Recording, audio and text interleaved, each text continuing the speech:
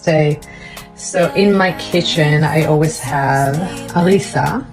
My background is from, my father is from North Africa, and we always have in the kitchen harissa. So it looks so yummy. I make it with California chili peppers, garlic, and cumin, and lots of olive oil and salt. This time I put a little turmeric and pepper, and I basically blend the whole thing. I soak the chili peppers overnight, then I take the seed out, take the water out, drain it, it gets softer a little bit, the dried chili peppers, and then I mix the whole thing in a Vitamix. You see it's right here. I also have always in my kitchen is preserved lemons.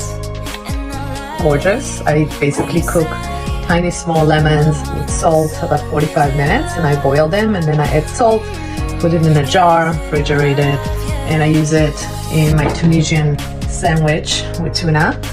And the last thing I have in my kitchen is ghee. I make my own ghee. In fact, I have videos that you can see on YouTube how I make harissa and how I make the ghee, and I will make also a video how I make the lemons. So that's my kitchen that always have those products.